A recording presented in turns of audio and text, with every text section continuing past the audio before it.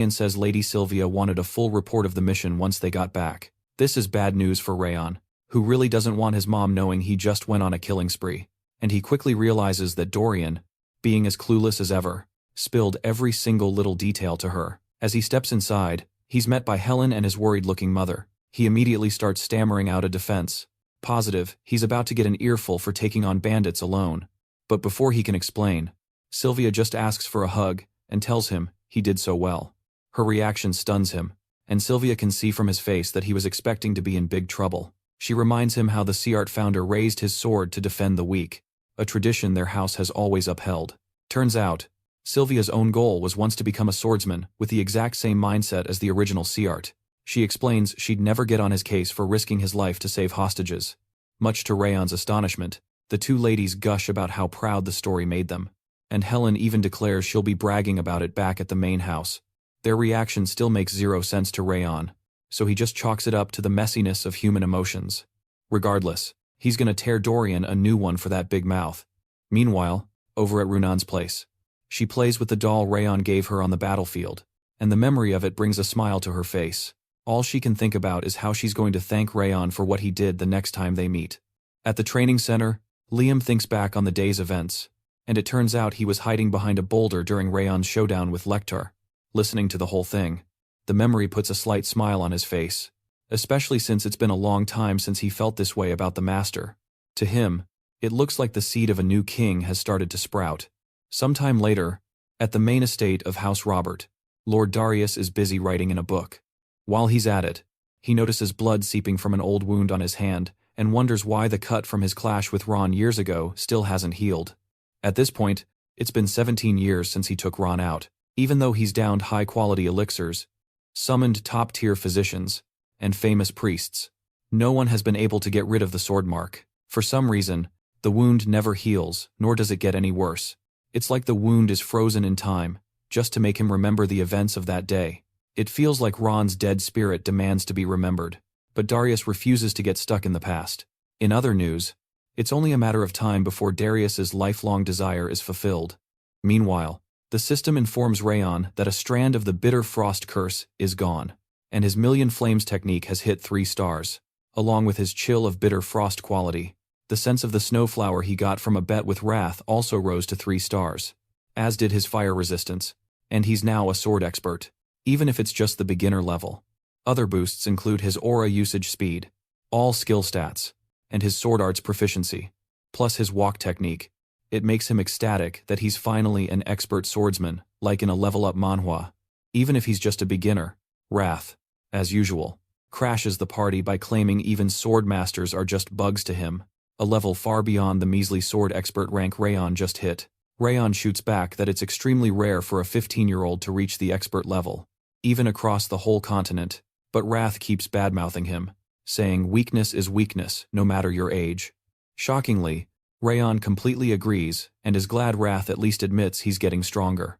But that just makes Wrath even angrier, who yells he'll never acknowledge a mere human. Noticing the slight shake in Wrath's voice, Rayon senses something is off and tries to peek into the spirit's thoughts. And that kind of nerve still infuriates Wrath. He's offended a mere human would dare try to see through his royalty. When Wrath threatens to eat him as usual, Rayon jokes back, telling him to get his strength back to his demon world days, so he doesn't end up devouring Wrath instead. Talking about his past triggers another back-in-my-day story, as Wrath starts rambling about lesser demons picking fights at his castle. Seeing where this is going, Rayon quickly bails and goes to stretch. A bit later, in the training hall, Lemaire suddenly cuts training short for the day because he has to leave, while they protest that they should get 20 extra minutes since Lemaire was 20 minutes late. Despite the complaint, Lemaire just dismisses them and promises to make it up to them tomorrow. This just makes Warren see him as a totally irresponsible elf. After they finish up, Rayon tells those on chore duty to start cleaning the training room. A moment later, Dorian, who has chore duty, gets ready to start. He's suddenly startled by Marta's appearance, making her ask if he screamed because he was paired with her, even though he denies it, claiming it's an honor to clean with her. She's totally not buying it. After scaring some kids out of the training hall to start her cleaning duties, it's obvious Rayon is the only one she's not a total menace to. Lemaire pops up again, noticing the same thing, and he's back because he forgot to mention something super important. Once they're all gathered, The students find out they've got their second mission, and the whole room goes dead silent. It's been half a year since their first one, and for Rayon, that's way too long to go without another mission. Apparently, orcs have shown up near a place called Cebu Village, southeast of Ziggart territory. Their mission: head to Cebu Village, handle the orcs, and keep the villagers safe. Some trainees are stoked for an orc raid, glad they can finally test their steel. Just like in a real level-up manhwa, when Lemaire clocks their giddy excitement, he tells them to hold their horses, since their instructors aren't coming along. They're going to Cebu Village alone and have to work together. The obvious question is, what to do when things get out of their league, and they're told a key skill is knowing how to improvise, or when to bail on a tough mission and get back alive. He explains, this is why the leader's calls are so critical, because they're the one who has to read the situation and decide whether to charge in, go stealthy, or retreat to fight another day. Dorian asks to double-check if ditching a fight is against the rules, and learns it's allowed, depending on the situation. Like running into one of the 5 demon lords would be a pretty dire condition, and all Dorian hears is that he won't get punished for bailing on missions. It's a total shock when they're told they're leaving at dawn in 2 days. To the students, the whole thing feels way too rushed, especially since the day's pretty much done, giving them basically 1 day to prepare. Apparently, it is what it is, because monster raids are a higher priority, and they're warned they could endanger the village if they don't prep well. This totally pisses off Warren, who thinks they could have been better prepared if Lemaire told them sooner. Rayon quickly shuts down the chatter, reminding them their instructor always said to be ready, since a mission could drop at any time, so he tells them to start prepping immediately because they're just wasting time arguing about it. His words hit home for several trainees, who agree it's better to get moving than complain, and his leadership skills impress Lemaire. The kids also learn that orcs are fiercer and stronger than expected, and can't be compared to past opponents due to their sheer size. Since they also move in hordes, the trainees will be fighting multiple opponents at once. Lemaire advises that a head-on fight isn't the best idea, but focusing on dodging will be a smarter move, since they've all learned the walk technique.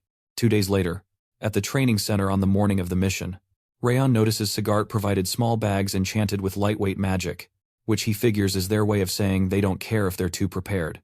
He's glad they're being left to figure things out, 'cause that's his style. As usual, Wrath shows up to taunt him about his arrogance, saying he expects everyone to cater to him, and Rayon fires right back, reminding him how he jacked his stats before. While they're trading jabs, there's a knock at the door. Rayon, who wasn't expecting anyone, is shocked to see his mother at the door. She shoots him a death glare and demands to know why he didn't tell her he was leaving on a mission. He's still baffled how she found out and immediately suspects Dorian snitched on him again. Turns out, Lemaire was the snitch this time, not Dorian, which makes him a little salty at his instructor. He quickly apologizes, but his mother just pouts back at him. Finally, she drops the tough act and squeezes his hands, explaining that leading his fellow trainees isn't just some shiny title, but a real job that requires him to steer them in a better direction. She says he can't just solo these missions, and must position his squad perfectly to reduce damage and win together, because his calls weigh on their lives. At this point, Rayon is totally lost. He was sure she came to chew him out, but now she's giving him advice. She goes on, saying monster raids look easy, but they're tough jobs that require a complete wipeout without harming any villagers. She advises him to see himself as a Ziggart warrior on a mission, not a trainee, and to follow the founder's example, which is to be a warrior who protects others. When she's done, he admits he expected her to be furious, and she agrees that she is, but it's clear she's more worried than angry. To his shock, she hugs him, saying, now's not the time to scold him, but to expect an earful when he gets back. She says she's happy to see how much more alive he's become since training, even though she worries about him constantly. All this emotion is still a bit weird for Rayon, but he eventually leans in and returns the hug. Before the trainees depart, they're warned that anything can happen outside the estate, so they have to stay alert and be wary of everything. They're also told not to hesitate, and to just retreat if they get overwhelmed. They also hear the trip usually takes a month, but they're taking a shortcut that should get them there in 2 weeks. Lemaire wishes them luck, and Rayon gets the trainees into their pre-assigned formations. Lemaire is also certain the kids can pull this off, not just because of Rayon's insane aura and natural battle sense, but because of his intuition and adaptability, which will make this mission feel like a true level-up manhwa. While Rayon directs the kids and tells Dorian to check supplies and team health, Lemaire finds it hilarious that Rayon is only a 15-year-old boy, because he never fails to shatter the expectations set for him. Contradicting what Lemaire told them, an instructor reminds him they're actually supposed to be tailing the kids so they don't get too far ahead. It seems he just said that to make them think they wouldn't have any backup. Meanwhile, Lemaire tells the instructors to chill out for a bit. Since one kid has exceptional senses, he even decides to take a nap, and the instructors start murmuring, worried if it's really okay to let the kids run a mission like this without a close watch. When he senses their tension, Lemaire tells the other instructors they should be worried about the orcs, not the kids. Sometime later, in a seriously creepy cave, the leader of a dangerous-looking crew gets confirmation on a village's location from a subordinate. After confirming it's the right village, he orders them to move on Cebu village immediately and gives permission to remove anyone in their path. In a few days, the kids make it to the forest bordering Cebu village. Upon arrival, the trainees bump right into Glenn Ziggart, the top trainee of the 6th training ground and a main family member. They're shocked to see him and wonder what the 6th training ground is doing there. But Glenn asks them the same thing.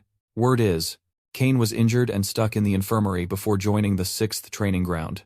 But he looks fully recovered now. It also looks like he's now a total pro with a sword. Finally, the 6th training ground's leader tells them they're headed to Cebu village to demolish the orcs, and he asks what they're doing in the forest. Brown tells him they're on the same mission to Cebu, and Glenn wonders if they all got the same orders, especially since his unit received no message about another team before leaving. As it happens, the night before departure, in a tavern on the outskirts, a few trainers from the training grounds had gathered for a little chat. One guy praises Lemaire for his students' accomplishments on the last mission, beating bandits at such a young age. Lemaire brags that his students are amazing and should just tackle the orc mission from Lord Manor. Positive, they'd ace it in no time and earn him praise from the head of the house. Suddenly, Mun, the 6th training ground's chief instructor, retorts that they should handle that mission, since monster subjugation is more about teamwork than individual strength, which the 5th training ground relies on heavily. Mun claims the skills of all his students have improved after completing a program called Hell Week, with no one falling behind, so he'll be sending the 6th training ground for the mission. In response, Lemaire taunts that he must be feeling restless since his kids get all the attention, and suggests sending both grounds. That makes zero sense to Mun, but Lemaire explains that the village can't deal with the orcs, so it's best to send both teams to kill the monsters as fast as possible. So if they send in both training grounds, they can compete to see who finishes fastest. This suggestion pleases Mun, who then gets permission from Lord Manor who sent the mission. Both trainers look forward to the mission's result with great anticipation. Meanwhile, at the forest, Warren cockily informs Glenn there must have been a mix-up with the missions and tells them to head back, because the 5th training ground doesn't need their help. That offends Glenn, who feels Warren's words show the 5th training ground's blatant arrogance. Glenn insists cooperation is key in missions like this, and the 6th training ground is better suited for it, especially since the mission will be too tough for them, having no experience working together. In response, Warren acknowledges the strength of the 6th training ground, but claims they're not worthy to look down on the 5th ground's skills. Rayon, watching this whole level-up manhwa play out, realizes the instructors knew their missions would coincide, but it doesn't make sense that they'd send them out without telling them about the mix-up. It's also clear Lemaire is the kind of instructor who puts great importance on practical experience when training swordsmen, and this mission is a perfect task to give them real-life experience. However, monster subjugations require good teamwork and strategy, which they still lack. So, it makes sense. Lemaire intentionally made the 5th and 6th training grounds compete on the same mission to make them realize their shortcomings, especially because they've been getting so popular within the house. Rayon soon realizes what a cunning elf their instructor is. It's also clear to him that it's best for their team to experience the advantage of cooperation. Another thing lingering in his mind is his mother's words, to become a swordsman who protects others. Upon realizing this, he calms the two boys down and explains that there is no point in wasting precious time, especially when they know neither of them will concede the mission. He suggests the only middle ground they have is to battle each other for it. But Warren protests that's a waste of energy they'll need for the mission, especially when they don't know what will happen when it begins. However, since the 6th training ground has no intention of backing off, and neither do they, Rayon speculates there must be a large number of orcs to go around, meaning they can work together on the mission. The duel's winner will lead the subjugation, while the losers assist the winners. He explains they'll break the orcs' chain of command by killing their chief and then proceed with subjugating them. If the leading ground fails to deal with the orcs, the assisting team will get a chance to complete the mission. Keen feels his explanation makes sense, and agrees, so they proceed to fight each other at full force to decide who leads. Shortly after, they change into their fighting gear. The winning condition is simple. One team wins by incapacitating all opposing members or by capturing their flag, which makes it way simpler than sparring. When Rayon tries to discuss strategy with his team, Marta, who's leading the vanguard, doesn't listen because she's certain their opponents are small fry. She bursts out and tells them to sit back and watch her defeat them all. Moments later, she launches toward 3 of the opponents, protecting the front, and insists she doesn't need mind games against weaklings. As usual, she charges with intense strength, while Rayon tries to detect the environment using the heightened senses of his snowflower skill. While he's scanning the entire battlefield, Runan wonders if their team can really win without a strategy, and Rayon explains they wouldn't even listen if he tried because they're overconfident in their abilities. When asked if they can win, he responds that Marta, Warren, and the other kids who stormed off in the first attack will certainly lose because it'll be a one-sided battle. True to his words, Marta struggles terribly to break through the opponent's defense, which seems too strong, even though it's just a pyramid formation. As the battle rages, their vanguard leader reminds her she's not the main character of some level-up manhwa, and as such shouldn't look down on their efforts. Much to Marta's surprise, the 5th training ground fighters are beaten and have to retreat to their side of the mountain. When the vanguard returns, Rayon finally takes the chance to show them it is much harder than they expected. He accuses them of self-delusion and assuming the world stopped changing while they trained. It's clear that the 5th training ground kids looked down on them because they were beaten by the Owen Kingdom and were certain they'd win. He points out this is the result of jumping into the fight without any strategy or teamwork, which even made them waste aura and stamina just because they looked down on opponents who also train every single day. They all silently take the scolding, and Rayon announces that there's still a chance they can win the competition. When Marta finally submits to listen, Rayon likes the fire in her eyes, and he proceeds to show them the path to victory. Meanwhile, the trainees in the 6th Training Ground's vanguard are surprised by how the 5th Training Ground isn't as big a deal as they've heard, but the leader among them reminds them not to let their guard down because the opposing team had recently exterminated the Snow Tiger group, who are affiliated with the Great South North Union. While they chat, Marta shows up again, and the vanguard leader aims to finish her off for good. Marta, cocky as usual, assures him that he'll get hurt if he keeps running his mouth, and she charges straight for them. The other team's vanguard leader quickly directs his team to focus their aura to the front, but is soon shocked to see Marta attacking the side, which has a weak defense, instead of going toward the front. Meanwhile, Warren attacks another unit, and the other kids recognize he's using the same posture, and decide to use their previous defense strategy, only for Warren to corner them and knock them to the ground.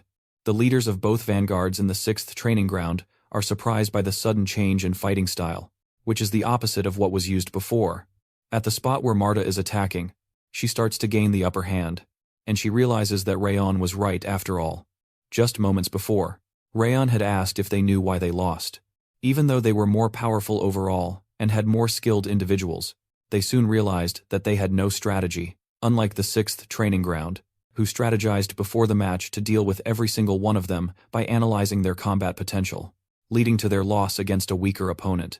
Rayon becomes worried they'll lose again and is met with intense scolding by Marta, who tells him to shut his mouth because he shouldn't talk about defeat so easily. The truth is, some of them are already defeated, and the ones who aren't have lost a lot of stamina and aura, putting them on the disadvantaged side. However, Rayon soon discloses his own strategy. Apparently, Ziggart has highly developed vision and senses, and that's how he figured out where Marta and Warren were heading and dispatched the trainees who could counter them. Because Marta's attacks were simple despite her high strength, Kane sent swordsmen to tank her attacks and drain her aura. For Warren's predictable style, Kane threw in guys who could just eat his swings, completely shutting him down. Swapping opponents was their only out, but Martia and Warren were too proud for that, so Rayon decided they had to switch up their game. Martia looked lost, so Rayon explained the crew she's facing has a tight defensive formation, but their aura control is sloppy, creating a weak spot she can smash through if she just tunes in. Warren's by-the-book style is useless against guys who fight purely on instinct. The upside is, those guys are easy to fool. If he'd just ditch his usual playbook and trick them, he'd create an opening. Martia and Warren were stunned, wondering how he saw it all while just sitting there. Rayon admitted Kane's senses are sharp, but declared his own are on a whole other level. Right now, Rayon could sense his whole team was kicking butt. It didn't look like they were going to lose. And while he's alone, Kane appeared behind him, time for the final boss battle. Even though the tables had turned, Kane couldn't find Rayon, so his only move was to head straight for the flag. Kane quickly pieced together that Rayon gave his team new orders, but he declared he was going to end this right here. He knew about Rayon's fire attribute, but when he unleashed his own, Rayon was shocked. He had no idea Kane was a fire user too. Kane then boasted that his aura is top tier among fire attributes, way more than what most regular swordsmen could handle, claiming Rayon couldn't win. Meanwhile, Rayon ignited his own fire aura, firing back that people here run their mouths too much. The two leaders squared up, ready to start their duel. Before they clashed, Rayon promised to show Kane how his flame would devour his. In a flash, our boy zipped toward Kane at an insane speed, shocking him with his velocity and flame intensity. Kane was sure his aura was stronger, but he played it safe and dodged, remembering rumors of those flames, defeating Lonan and even Prince Owen. Still, he was convinced that he was way more powerful, so he charged back in, meeting fire with fire head-on. In a classic level-up Manhwa moment, a golden flame erupted from Rayon's sword, surrounding Kane. He realized he was in deep when the golden flames seared his face. It made no sense. His own flames were being devoured. To Kane, this shouldn't even be possible. But Rayon, having no time for his whining, pressed in for the finishing blow. Kane barely blocked the attack, but the sheer force of the aura caused a massive explosion. Once the smoke cleared, Kane was on the ground with Rayon standing over him, sword ready. The rest of the team returned, shocked to find Kane in their camp. Rayon explained that Kane was here because he planned to ambush him, seeing it as the easiest way to turn the tables. They were amazed Rayon called Kane's arrival, and that the pointers he gave them led them to win their individual battles, fights they definitely would have lost otherwise. Even Martia admitted they won because of him, adding she'd have ditched his plan if it sucked.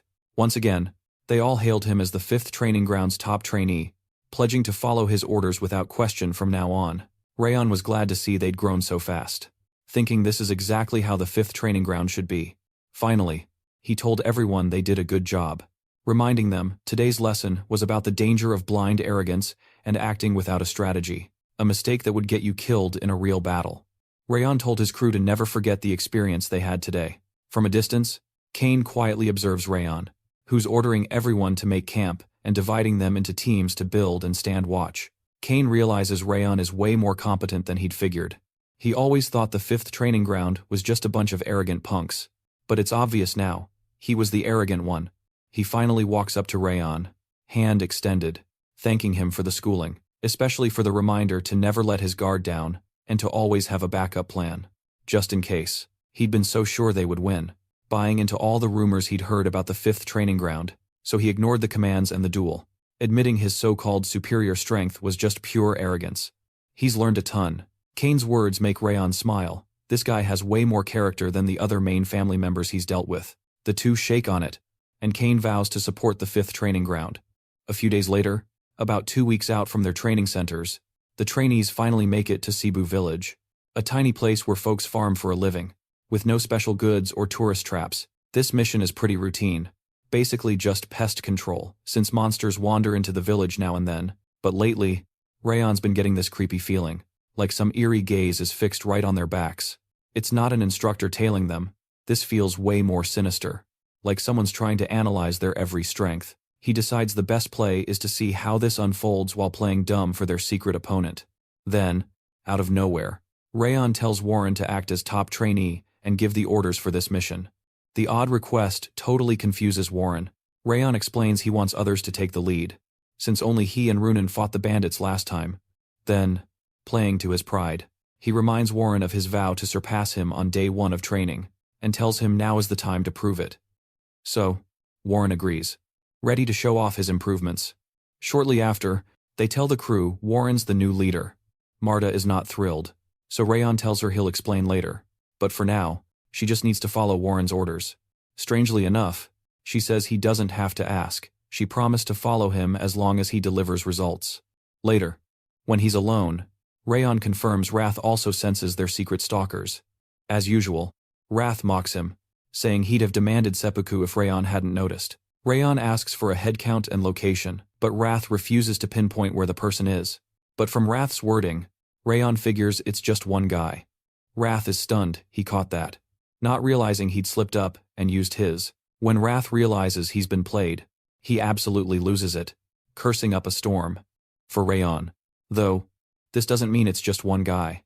This lone observer could have plenty of buddies with him, and that creepy feeling just won't quit. He gets the feeling this mission won't be easy, like a brutal level-up manhwa. Meanwhile, the sex spy reports to his boss. He saw kids from Ziggart house. His boss isn't too worried though, since they're just kids related to one of the 6 lords. The scout clarifies they look like trainees, not regular swordsmen, probably on their second mission, since no instructors are in sight. He also brags he went completely undetected, and his boss agrees. No way some mere trainees would ever spot him. He wonders why Ziggart would send trainees after they'd already handled some orcs. His boss figures the villagers must have called for backup when more showed up, especially since they've apparently wasted too much time finding the magic stone they're after. This secret sect searched the whole mountain for a magic stone. Since they haven't found it, the village is the only place left to check. When the scout asks to attack the village right away, his boss tells him to hold on for a moment. The scout sees a perfect chance to slay the new Ziggart sprouts, but his boss says killing them, while easy, might tip off the Ziggart house about the stone, which would mean losing the bigger fish for a momentary gain. The boss orders him to throw some monsters at them so they feel accomplished, then leave. Suddenly, he dons an orc helmet, transforming into an actual orc. He tells his man they'll flatten the entire village after the trainees are gone. Meanwhile, the trainees reach the village and get a place to stay. While eating, Rayon is glad to see Warren handling the responsibility so well, even though he was worried at first. It's really impressive how he didn't act arrogant when mentioning the Ziggart name with the villagers, and how he reassured the village chief and villagers while keeping the mission his priority. However, he realizes the main thing to worry about isn't Warren. They can handle the monsters easily. It's the mysterious gaze from near the village. For some reason, it vanished into the mountain the moment they entered the village. He wonders if it's a secret house trial or someone else's plot entirely. Regardless, he'd have to wait until the next day to get answers. Earlier that day, the group found different footprints in the mountains, hinting at monsters. The village chief explains that monsters usually appear this time of year, but their numbers have tripled this year and it's too much for them. Apparently, they've spotted at least 100 of them, and there are probably more than 200 of them that haven't appeared yet. Because the kids aren't used to the mountain's layout, the chief promises to get the fastest man in the village to guide them tomorrow morning. The next morning, a guy named Kanbar, the Cebu mountain guide, leads the trainees into the mountains. For some reason, he doesn't look too happy about helping the Ziggart extermination squad. Rayon notices his anxiety and assures him they'll get him back without a single scratch. Meanwhile, Warren informs the others that orcs are stronger, but goblins and kobolds use dirty tricks like poison.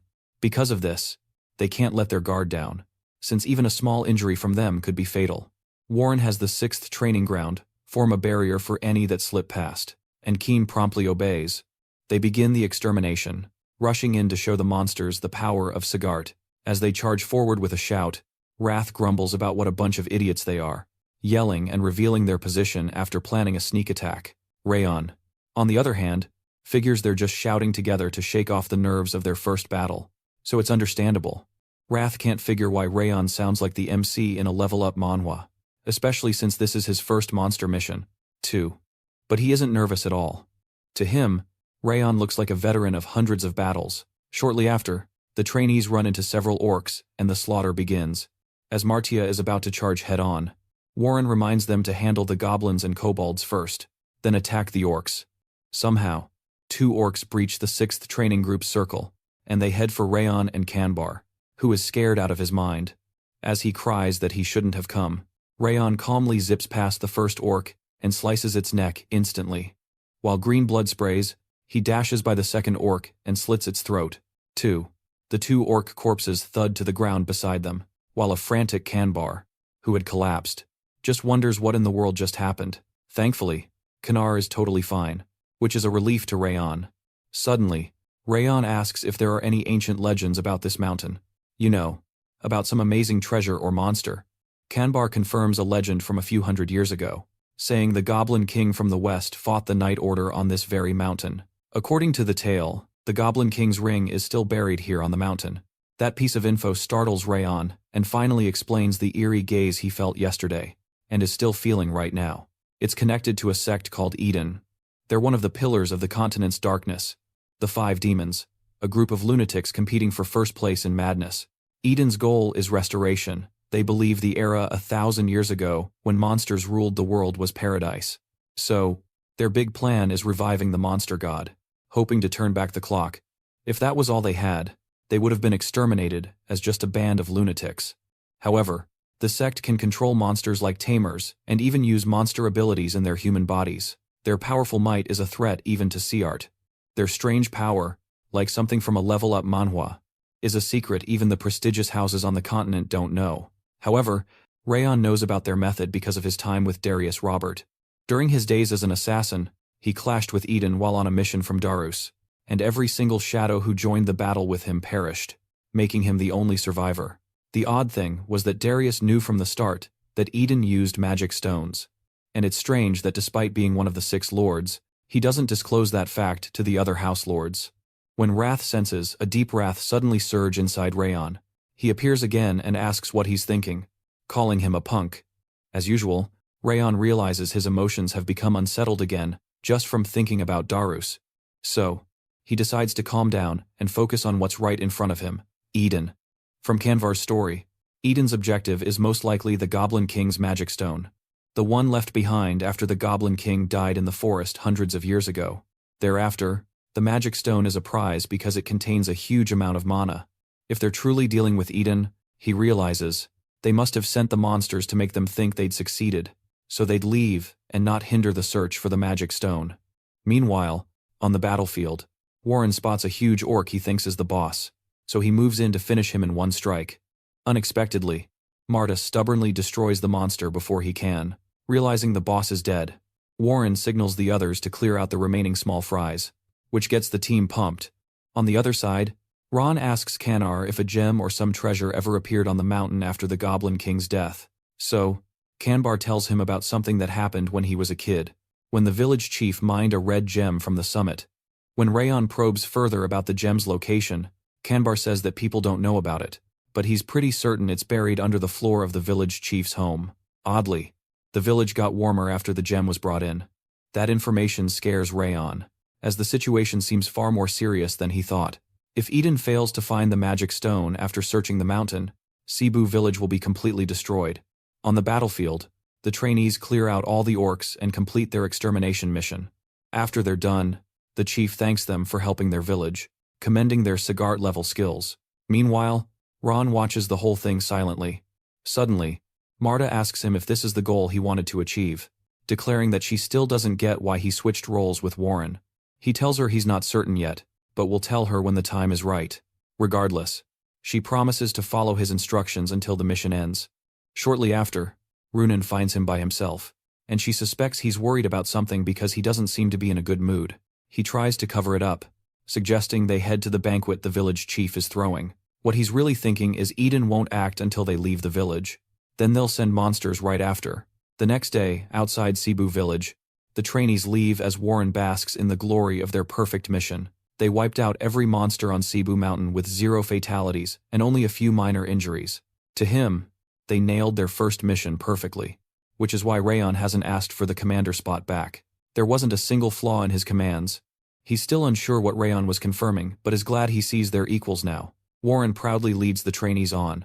But on the way, Rayon senses something off and tells everyone to stop. The trainees start grumbling that it's too early to camp, wondering what's up. Then Rayon announces the real mission starts now. Warren and Keen are totally blindsided. It makes no sense since they killed the orcs and even cleaned up. Rayon explains their mission is to kill the monsters and protect the village. And while they've done the first part, someone was watching them until just a moment ago. They were under observation until an hour ago when the presence vanished.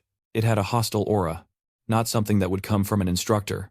He admits he noticed it before they even reached the village. It disappeared back toward the village once they were about a half-day's journey away from it. Warren and Martia are stunned they were watched that early. Rayon specifies it was from the moment they hit the hill near the village. It clicks. He gave Warren the commander role to hide his own presence and better understand the enemy. Like in a level-up manhwa, Kane is blown away by Rayon's sharp thinking. His senses and plans are better than some instructors. He can't believe he missed it. Reality smacks Warren in the face, who then asks to clarify why he was really given the commander position. Weirdly, Rayon agrees. He gave him the spot because he trusted him and believed he could lead the trainees even better. This made him the ideal top trainee decoy, so the enemy wouldn't notice Rayon. He even says Warren is worthy of the Ziggart name. This just crushes Warren, who thought he was Rayon's equal, only to find out he was just used as bait to distract the enemy. Rayon states that monsters don't cooperate with other races, yet the orcs and goblins were working together. This implies the enemy is using some method to control the monsters. A classic twist in any good level-up manhwa. Their primary mission is protecting the village. Since enemies are still a threat, they all begin to head back to Cebu village, but this time, they move quietly so no one will spot them. Rayon suggests they just watch their step, having no disguise tools. Hilariously, it turns out Dorian brought several disguise tools. He surprisingly carried about 40 kits just in case. It just goes to show how paranoid the kid can get. While they gear up, Rayon orders Crane to run to the nearby branch for backup. Before they move out, Rayon reminds the trainees to obey his orders unconditionally from this point forward. 5 hours later, near Sabu Mountain at Eden's hideout, a scout reports the trainees have left, so they begin Operation Restoration. The boss puts his helmet on, transforming into a huge orc as several others appear. He orders them to wipe out all the villagers. Not a single one is to be left alive. The orcs charge down the mountain toward the village as Rayon and Warren watch. Warren is shocked there are more orcs, just as Rayon said, and he's fired up to finish them off. Before he can act, Rayon tells him it's not time to act, as someone's watching them. He knows it's human. But the enemy's identity is still a mystery. The sheer number of armed orcs unnerves Warren, who worries about massive casualties in the village if they don't move now. Meanwhile, Rayon explains that if they jump the gun, they'll get annihilated and end up completely defeated. Warren still wants to charge in, but Rayon insists the time isn't right, warning the others to be careful since they're facing Eden. Luckily, the others recognize the 5-demon sect called Eden. Though Rayon still isn't positive they're truly up against them, he knows controlling monsters means either the Eden sect is here or a Lord-rank monster has appeared, and that's exactly why they need to be cautious.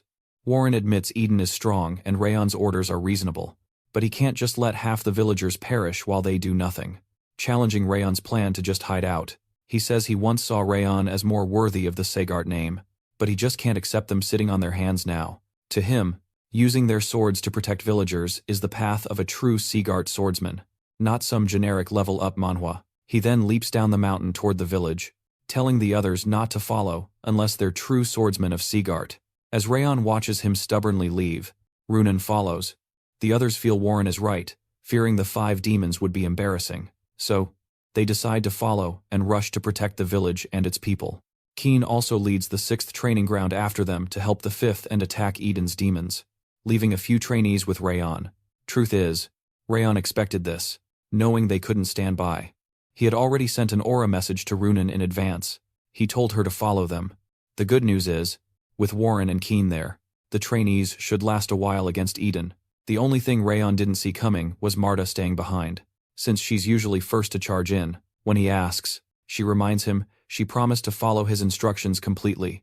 Her words make him smile, as he tells the rest they're going in too. However, they'll be hiding their presence as much as humanly possible. This is because Eden likely has extra troops not on the front lines.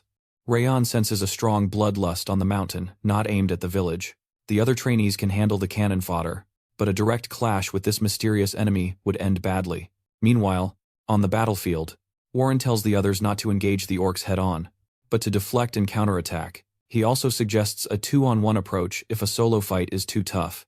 Their goal: stop the orcs before they reach the village. He quickly notices these monsters are way more ferocious and powerful than the orcs from the day before. But if this is all they've got, protecting the village won't be hard. The issue is, knowing Eden, this can't be it, making him wonder if Rayon was right. To counter any surprises, he tells everyone to watch for hidden attacks from above and the bushes. While they're fighting, Eden's green demon troop appears behind them, identifiable by their goblin masks and helmets. At a glance, Warren counts more than 40 of them. To respond, he orders Keen to keep fighting the orcs, pushing to the village with them, while Runan freezes the feet of the orcs and green demons, leaving him to handle the demons. Runan quickly confirms the order and launches a frost aura attack to freeze the monsters. One strike turns an orc into a solid popsicle, so Warren goes for the kill, using his star-connecting sword skill. With a quick dash, he leaps at the orcs and slashes their throats. also unleashing a skill called the Sword of Autumn Wind. Too bad a green demon is perched in a tree right behind him. They immediately shoot a ton of poisoned needles at the trainees. So Warren yells to block with aura or use footwork to dodge. Then they realize the enemies also spread poison fog on the ground, which makes the trainees start to gag and choke. This poison is way stronger than the monster kind, so Warren screams for them to cover their mouths. Trainees suddenly collapse, unable to wield their swords, and even Warren starts to wobble, poisoned in the split second before they realized it. His body immediately begins to stiffen, and Runan also gets lightheaded, but the number of monsters and demons isn't shrinking at all. At this rate, they're all goners. Suddenly, a huge explosion rocks the middle of the field. After the smoke clears, the destruction turns out to be from Martia. Behind her are the other trainees who stayed with Rayon, and she leads them to take out the trash, referring to Eden, and not let a single one escape. The struggling trainees are thrilled to see Martia and the second team arrive, and they should be, because they would have collapsed from the poison if Martia hadn't just blasted it away. They soon find the courage to keep fighting. Although Rayon is still MIA, it looks like the tide has turned. It's like a classic level-up Manhwa moment. They might actually win. Meanwhile, the green demons are shocked that normal trainees are so strong, so they decide to bail before getting killed. Before they can escape, their boss appears, asking if they're planning on running. This towering new guy stuns everyone. His aura is on another level, and he can speak. Judging from the fighter's helmet he's rocking, it's clear that he's the Eden Green War Demon. Even with a low rank, he's an Eden executive. It's a mystery why he's here. The Green War Demon recalls the report said they had left, and wonders if they returned after spotting the ambush, which is pretty good for ordinary trainees.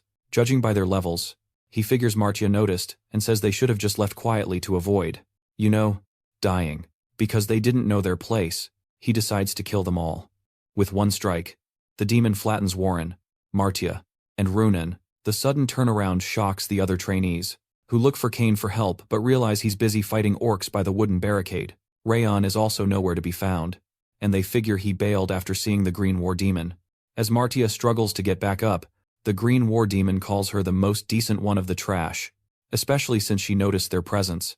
Regardless, he calls her a bug with no ability, strength, or willpower who's about to be squashed.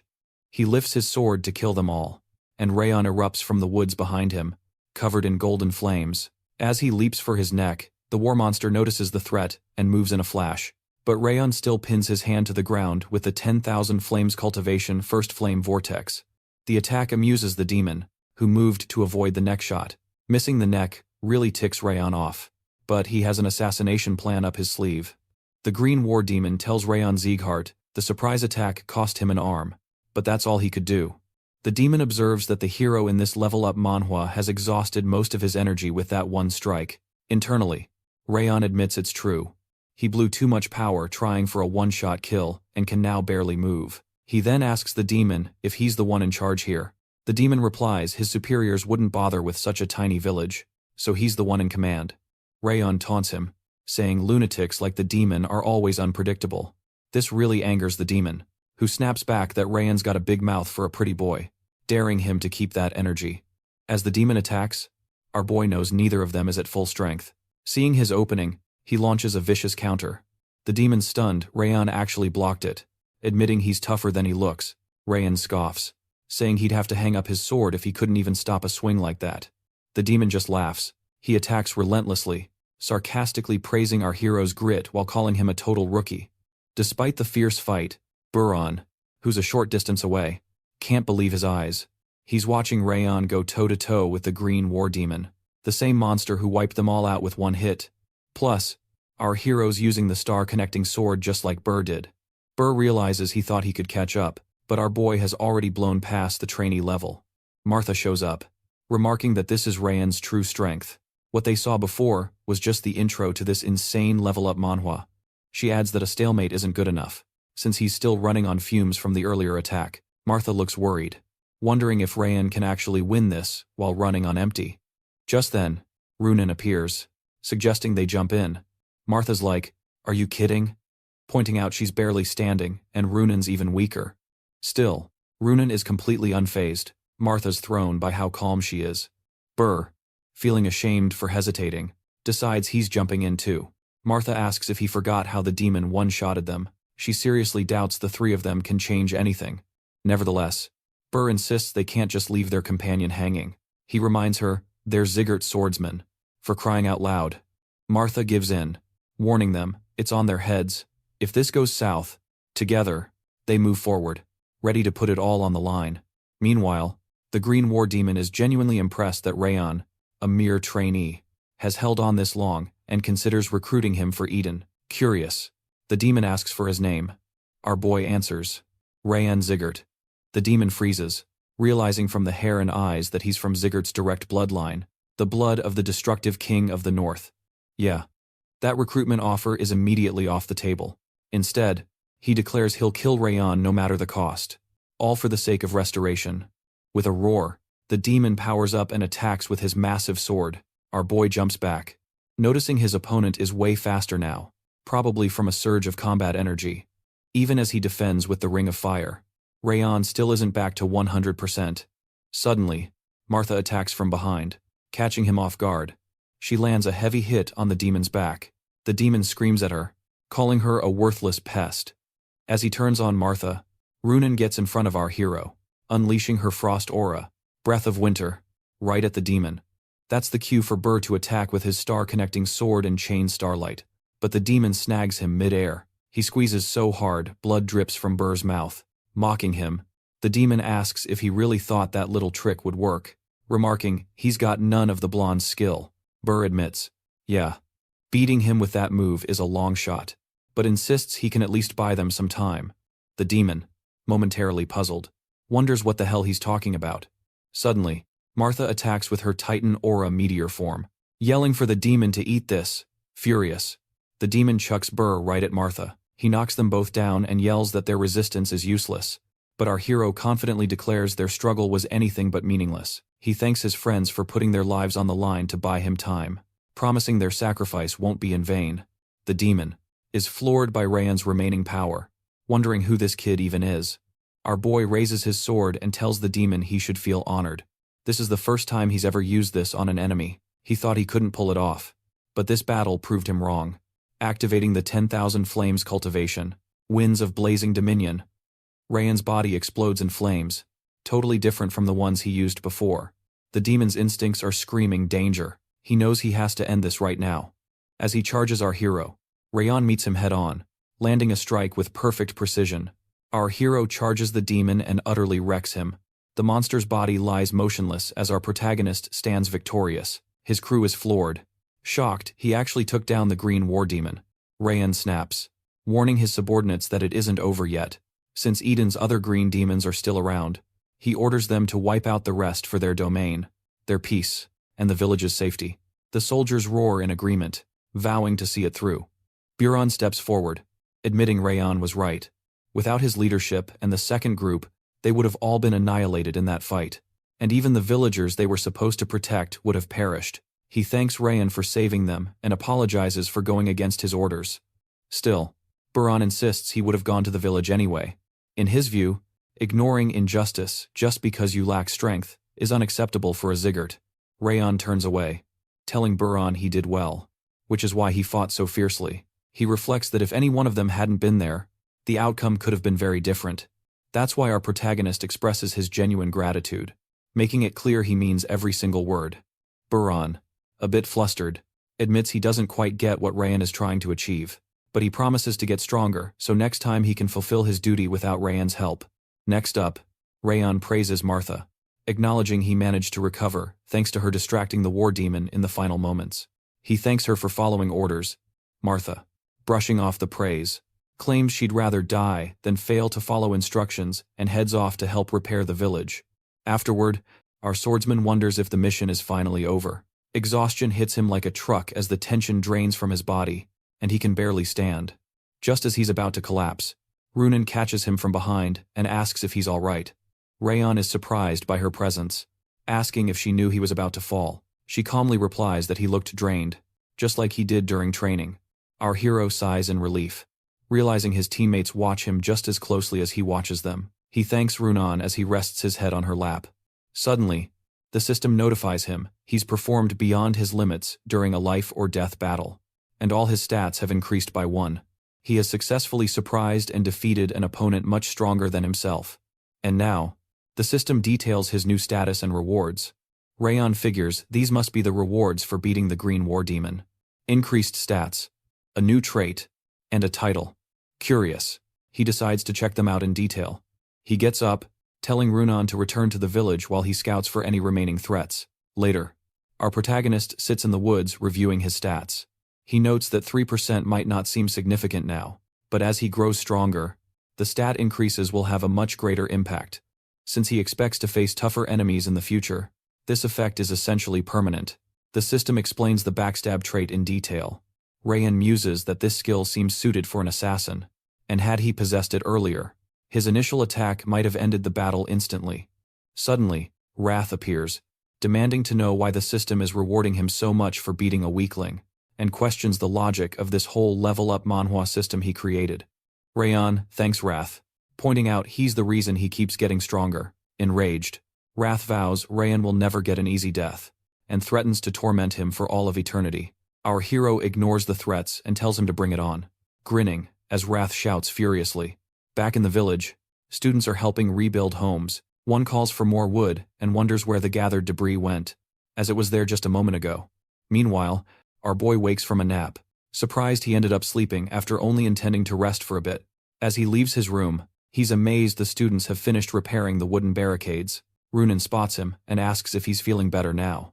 He assures her a short nap helped him recover, and she tells him they need to go because everyone is waiting. Rayon wonders who could be waiting for him, and Runan explains that it is the villagers of Cebu. Soon after, the crew meets the villagers, who warmly greet their saviors. The Ziggart swordsmen.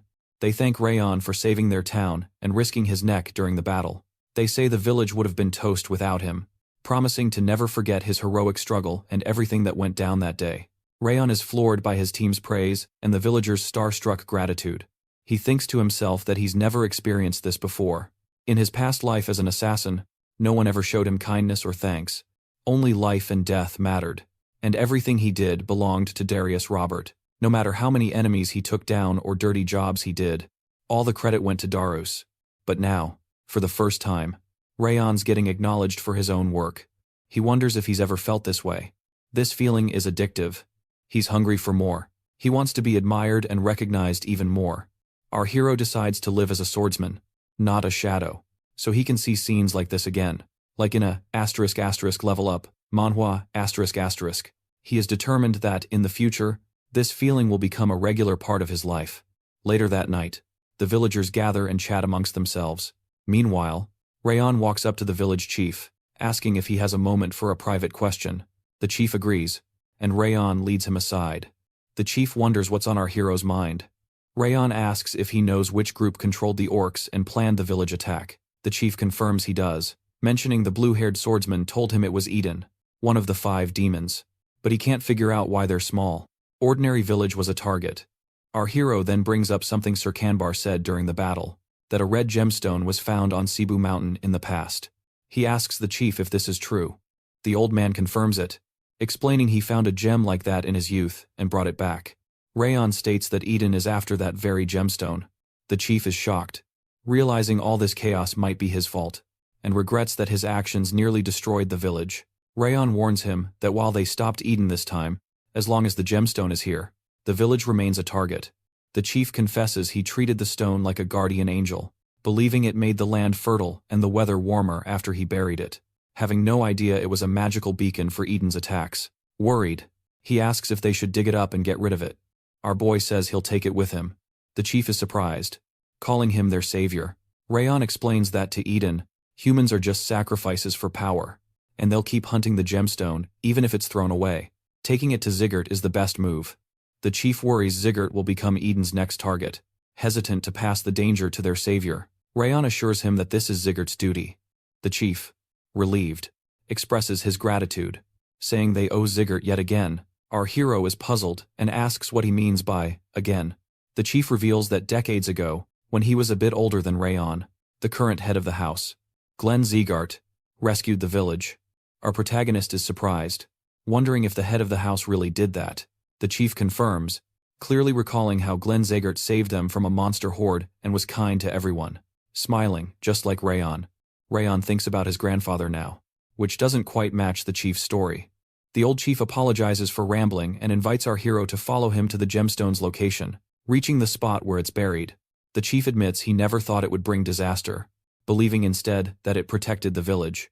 After unearthing it, our swordsman examines the sheet over the gem. The old man explains it's a family heirloom, a cloth used to hide the gem's intense red light. Rayon uncovers the stone, seeing the Goblin King's magic stone for the first time, realizing that if Eden gets it, another monster with the Goblin King's powers could be made. He tells the chief to wrap it back up, but is cut short when a giant man appears behind them. The newcomer marvels that they couldn't find the gemstone despite searching everywhere, and realizes it's thanks to the cloth hiding its energy. Without it, this village would have been toast ages ago. Rayon quickly spots the threat and demands to know who he is, drawing his blade. Deep down, our boy is rattled that he didn't sense the man's presence until now. The giant taunts him, asking him to guess, then whips out a mask. Rayon suspects the mask looks like an ogre's and wonders if this is the blood-raving demon. The giant confirms his suspicion, praising Rayon's sharp eye for a Ziggart trainee. He introduces himself as Eden's blood-raving demon, unable to pin down Rayon's strength, but guessing he's the swordsman who defeated the Green War Demon. Rayon wonders if this is the boss the Green War Demon mentioned. Though he claimed he wouldn't show up, the blood-raving demon puts on the mask, explaining he gave the mission and would have never come himself if the Green War Demon hadn't kicked the bucket. So, long story short, it's Rayon's fault he's here. Our protagonist feels a paralyzing wave of combat energy wash over him, realizing that even if all the trainees and Cebu teamed up, none would stand a chance. Suddenly, Wrath appears, warning Rayon he can't win and offering two choices: continue this pointless fight and die, or hand over control of his body. As the giant morphs into a green monster, the threat becomes way too real. Elsewhere, Rayon's buddies are still fixing the village fences. Burn spots Martha approaching and asks what she's doing there. She teases him, claiming she's just checking if he's slacking off, and notes Burn seems like a better carpenter than a swordsman. He tells her to get lost. Martha shoots back that since she's older, he can't boss her around, pointing out only one guy is allowed to give her orders. They then spot Runan with a basket full of fruit. Martha and Burn ask why she's gathering fruit when the villagers already gave them some. Runan explains these are for Rayon, and they're fresher. Martha teases her, saying she already sounds like she's married to him. Runan just ignores the jab and heads off. Suddenly, a massive explosion erupts nearby, grabbing everyone's attention. Runan immediately bolts toward the sound, worried about Rayon, and tells the others that's where he and the chief went. She urges them to grab their weapons and call Keen and the 6th training ground. Burn, Martha, and Runan tear off to the chief's house, yelling for Rayon.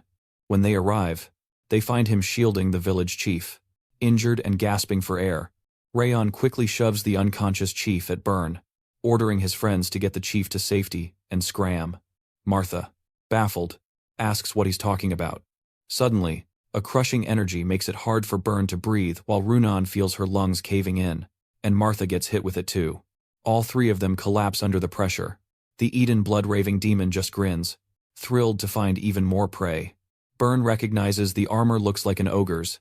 Suspecting he's one of Eden's top dogs, the demon mocks them for being Zigguart swordsmen who can't even handle this much pressure. Rayon yells at the demon, asking if he has a death wish, and urges his friends to get a grip.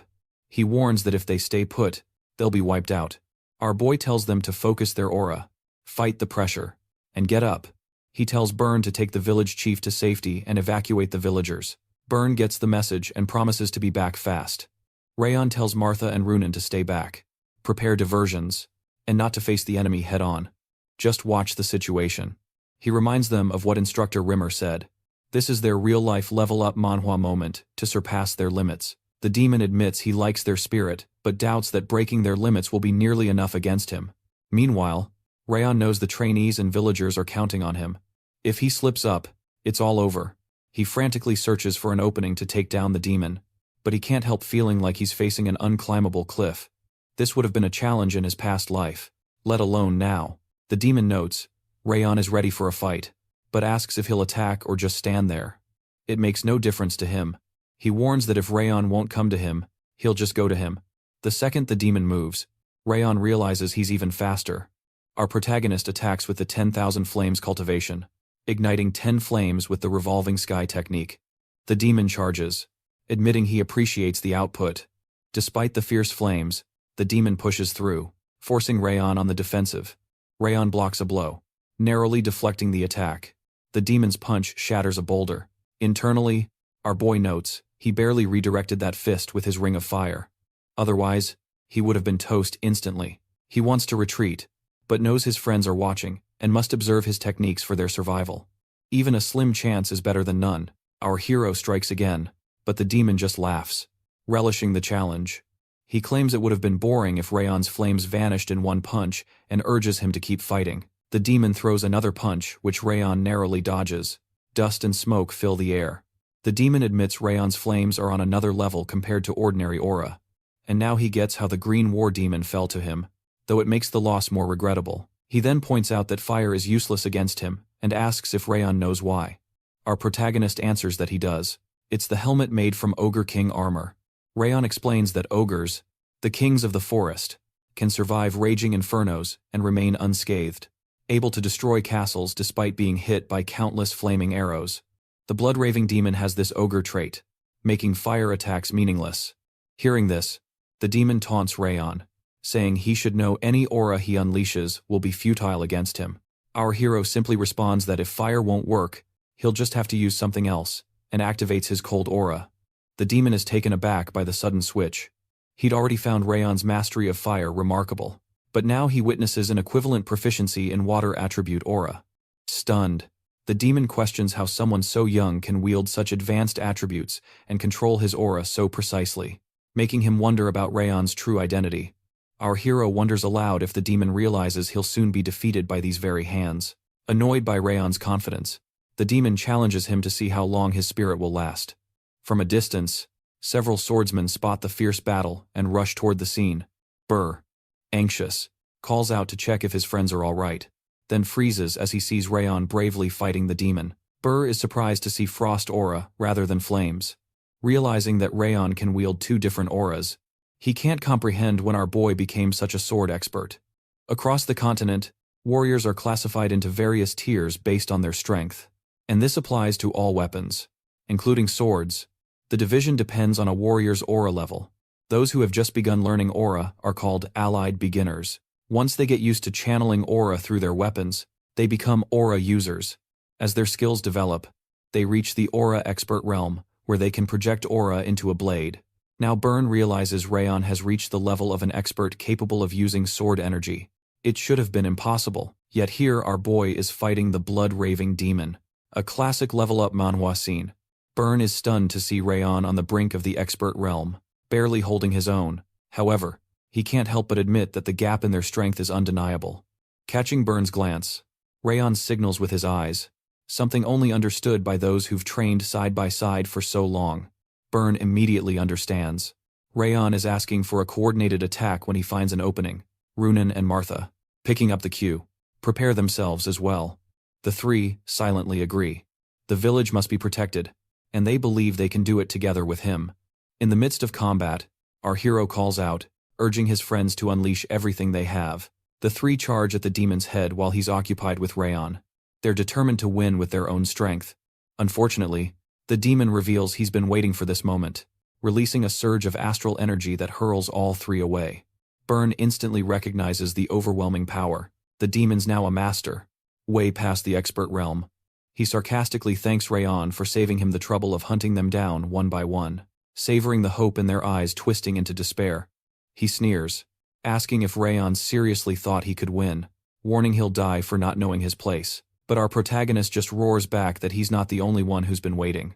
Rayon channels his assassin's killing intent and icy frost into his 10,000 flames sword art. He focuses it all into one ultimate point. Bent on breaking through, Rayon finally reaches the demon's chest and drives his sword in. The blood-raving demon drops to his knees, but a moment later gets up, gripping the blade in his chest. Stunned, the demon asks if Rayon timed that for when his defense was weakest. He admits one tiny mistake, and he would have been done for. Then, with one brutal punch, the demon sends Rayon flying and snaps the sword with his bare hand, telling him he's just too weak to close their skill gap. Our young swordsman groans that even though he hit when the demon's aura was at its lowest, He couldn't punch through those reinforced muscles. He realizes the demon blocked the strike by simply hardening his skin and muscle. The true mark of an aura master. Sizing up the mess, Rayon knows the plan's toast. As top trainee, he orders all Zart trainees to fall back. Now, he stresses they have zero chance of winning this. He tells the team to focus on evacuation and save as many townspeople as they can. Suddenly, he yells at Burr, insisting this isn't the way Zart swordsmen are supposed to go out. Our hero orders everyone to retreat and escape the blood-raving demon, no matter what. The team obeys, with Burr leading the evacuation. As they bolt, Runan yells out to Rayon, telling him not to die on them. He just answers with resolve. Meanwhile, the demon starts taunting Rayon, asking if he really thinks his buddies can escape, or if he can hold the demon off alone. Just then, our boy calls out to Wrath, proposing a little bet. Wrath, thrilled for his turn, jokes, this feels less like a bet and more like Rayon's last will and testament. He asks what the wager is, and Rayon offers up the outcome. Either the demon kills him, or he somehow survives. Wrath mocks him, doubting he can win. But our hero admits it's basically impossible. That's why, for even a sliver of a chance, he needs Wrath's help. In exchange for fixing his body and aura, Rayon offers to take on all of Wrath's rage. Wrath figures Rayon's gonna die anyway, and he won't get the body otherwise. So he agrees and floods him with rage. Our protagonist is racked with pain, as Wrath's fury rips through him. Meanwhile, the demon just stares, baffled by Rayon's instant recovery. The sight makes zero sense. It's not like he chugged ogre blood. This is some level-up Manhwa logic. Rayon, however, just reminds him that he already said he doesn't need to know how. With fresh strength, he calls out the demon, vowing to keep him busy until sunrise. Burr instructs everyone to follow protocol, helping anyone who's injured or can't move on their own. He admits they're all hurt and scared, but tells the group to hurry up. They're running out of time and have to get to safety fast. Two trainees whisper, unsure about what's going on or if they'll be okay. Hearing them, Martha reminds everyone that Rayon stayed behind with that monster for them, fighting to save the villagers and his friends, even with a busted arm and a popped rib. And then, Martha completely loses it, yelling at the officer for just standing there, asking if he plans to get them all killed with that attitude. Burr immediately gets the group moving, ordering everyone to pick up the pace and telling them Kryn went to a nearby branch for backup, which should be on its way. Just then, Burr spots a huge monster coming, and someone freaks out, asking if it's an ogre and what it's doing here. Burr is wondering the same thing, unable to guess why the king of the forest would wander down to the village. Martha then points out there's another ogre, too. And in a few moments, it's obvious they're surrounded. Someone realizes the ogres are pinching them in, not believing it's possible. Martha, remembering Eden can control monsters, guesses this is exactly why the blood-raving demon didn't chase Rayon. He sent the ogres out ahead, totally expecting this to happen. One guy loses all hope, convinced it's game over and they'll all die. But Buron refuses to give in, yelling that they have to keep fighting because Rayon is holding the demon off. He says if they bail now, they'll never face our boy who's risking it all alone. Martha, for once, actually agrees with Buron. She says they need to get the villagers out fast so they can go back and help Rayon. Buron nods, confirming that surviving and helping everyone escape is the best way to honor their comrade who's fighting for them. Then, the three of them charge the monsters. Suddenly, a weird wind rips through, blasting the ogres, and Buron instantly knows who it is. Meanwhile, on the battlefield, the demon's just taunting Rayon, calling him a little pest and telling him to just give up. Our hero, beat up and wiped out, leans on a rock. He winces, looking at his busted left arm, even thinking about just cutting it off to keep fighting. But he stops, wondering why he's taking this much pain to fight a monster, a pain he never felt. Even in his past life, back then, he would have just bolted without a second thought. Just then, an image of Sylvia flashes in Rayon's mind, reminding him she wants him to be a proud warrior, like the legendary Ziggart swordsman of old. She embraces him, and it gives him strength. Our hero realizes her words, and the memories with his friends are what keep him going. He thinks of Runan, who acts cold, but is actually the kindest of all. Buron, who started out messed up but is now laser-focused. And Martha, who's rough, but totally resolute. He admits they've kinda grown on him. He's gotta save them, so they can all become true Ziggart swordsmen. As he gets to his feet, Wrath appears, calling him an idiot for taking so much pain while channeling his power. Wrath asks if Rayon bought his friends enough time to get away. When our boy nods, Wrath flips out, yelling he doesn't get the real cost. Does he really think he can get his body back, beat the demon, and catch up to his friends when he can barely even stand up? Wrath yells that Rayon might survive the possession, but he'll never come back if he just gives up his body. As Rayon takes in more wrath, the pain is too much, and he collapses, screaming. Seeing him at his limit, the demon remarks Rayon is finally done for. He then declares he has a wonderful idea. He'll take out Rayon's friends first and save him for last. Loving the idea of making our hero watch every single head drop. Despite the pain, Rayon refuses to let that happen. Gritting his teeth, he decides he'll hold the demon back, buying everyone time to escape. Just as the blood-raving demon gets ready to leave, our hero stands tall, like a character